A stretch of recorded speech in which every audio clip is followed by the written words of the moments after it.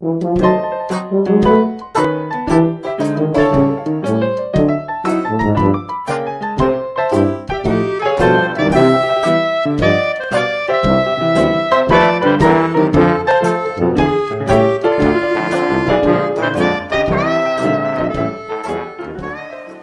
everybody, it's Grandmama and time for another story from our hometown scrapbook. Today's story, Think of Me. Hello there! This time we've opened the scrapbook to a story of a hill. Oh, you may think that a hill can develop a personality, but there is one, at least on Grays Harbor, that has more personality and a lot more past than many a person I've known. You see, the location of Grays Harbor cities are pretty much like Rome, or to get closer to home, Seattle. They are cities with many hills. Aberdeen can point to Dabney Hill, Broadway Hill, Bel Air, Arnold Street Hill, Fairview Hill, Pilgrim's Heights, Buckets Hill, and there are a few others that could be thrown in. In Hoquiam, there's Center Street Hill, College Hill, Reservoir Hill, and a few others. And Cosmopolis has its share of knolls that have names and marked spots where important things happened in our own small local way. Now, those hills look pretty much unsurmountable to the early settlers. None of them, as far as I can determine, ever staked out their claims on top of hills, like the Carrs, Ed Campbell, Jim James in Hoquiam and Sam Ben, the Stewarts or the Youngs in Aberdeen. They sought valley land that would be fertile for crops, close to navigable waters and surrounded fields for their stock. No, there were no dwellers on the heights of Olympus in those early years. Just as the first white man, William O'Leary, picked out a chunk of river bottom, those who followed stuck to the flatlands, and there is where their cities grew. But there was one hill that came into early prominence in Aberdeen and got itself involved in a lot of local history. If I call it the hill located in Parsons' original plat in the city of Wishkah, you wouldn't know what I was talking about. But if I told you it was the hill that they named after a cigar, you would follow me all the way. And that's what it is. The hill that L.L. Malley made famous as Think of Me. But before we get into reminiscing, here's Dick Crombie and a few words from our sponsor. When W.F. Parsons platted his government land grant and filed the plat as the town of Wishkah, he showed it as neatly divided chunks of land, laid out geometrically as lots and blocks, but actually right in the middle of that plat was a hill of such proportion that it would have been inhabitable by mountain goats or seagulls. Parsons ignored it, and when he sold his lots, they were around the base of the hill and in the flatlands below. At an early date, the hills became a borrowing mound for the dwellers who lived in the flatlands lots, as they hauled its sandy soil for fill to bring them above tide levels. Many an East Aberdeen lot has been brought up to grade with bites of fill out of the base of Think of Me Hill, and those bites have increased the bold brown face that looks west. The hill that we call Think of Me first figured in local history when Dave Fleet, the young Virginia engineer, and Sam Bend and his son climbed its steep slope to get a better view of the tide flats where Ben proposed to plat a city. From the west slope of the hill, Fleet made a typographical sketch of the flatlands as one of his studies for the town site.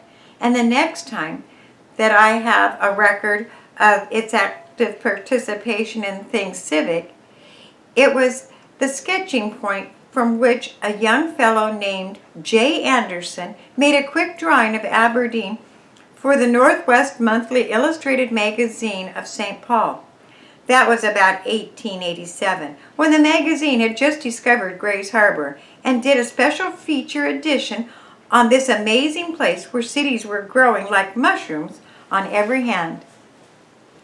That sketch, by the way, which we have in our files of old Grays Harbor pictures, shows the West Mill, the Weatherwax Mill, Hume's Cannery, at which the Aberdeen Street was named, and such early local landmarks as Sargent's Hotel, Pratchett's Store, the hotel at the end of Heron Street built by the Dabney brothers, Pyatt's Store, Clark's Saloon, and Sam Ben's house. The spire of the Presbyterian Church is visible in the distance. The artist was a little too liberal with his horse-drawn vehicles. Wagons, Shaw's gunneries, equestrians are moving through the streets of the town at the time, and when in doubtful if they were even a half a dozen horses in the whole community. But the sketch that Anderson made there was only the first of a long series, and when cameras came to the harbor, a record of the city's proportions was made almost annually by some photographic man. It was the nearest thing to an aerial photograph that the harbor could boast, and those pictures chart the city's life like furniture tracks in a door casing, marks around the growth of a youngster, one for every year. When the first settlers came to the harbor, the hill was covered with a crown of fine fir timber. Some of the old growth was prime, saw-long fir. It was on that hill that the falling axes of two brawny young men descended to make local logging history. First bit into standing timber. That's right. It was on the slopes of what we call Think of Me Hill that Bob and Alex Polson began their logging operations that were someday to constitute one of the biggest logging shows in the Northwest.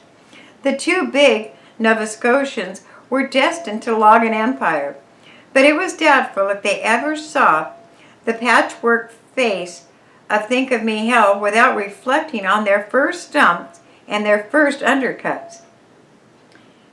The hill must have had quite a sentimental attachment for those two timbermen.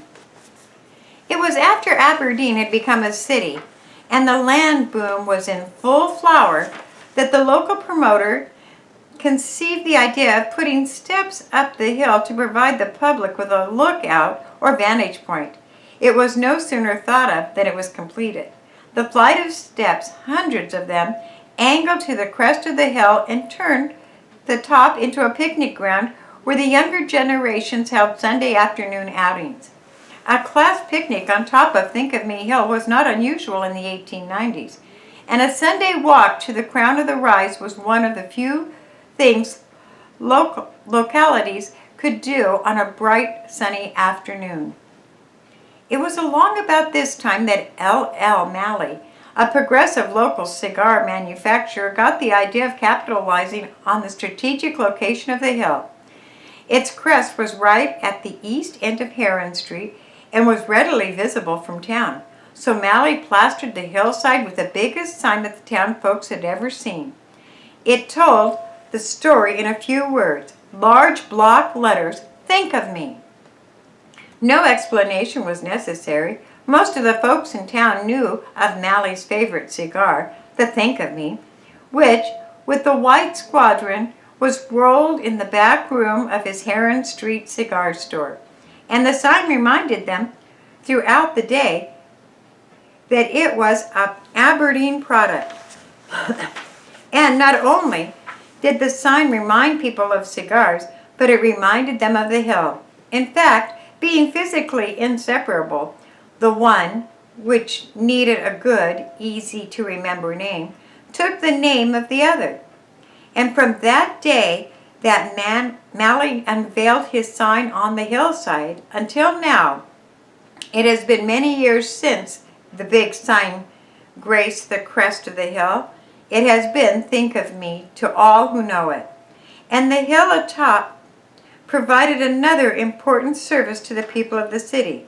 With the steps up to its face, and with its height and unobstructed view, it was a vantage point that far exceeded anything of its kind around Aberdeen.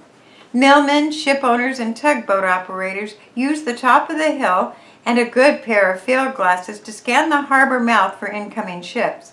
Merchants who dealt with ship supplies used the hill for the same purpose.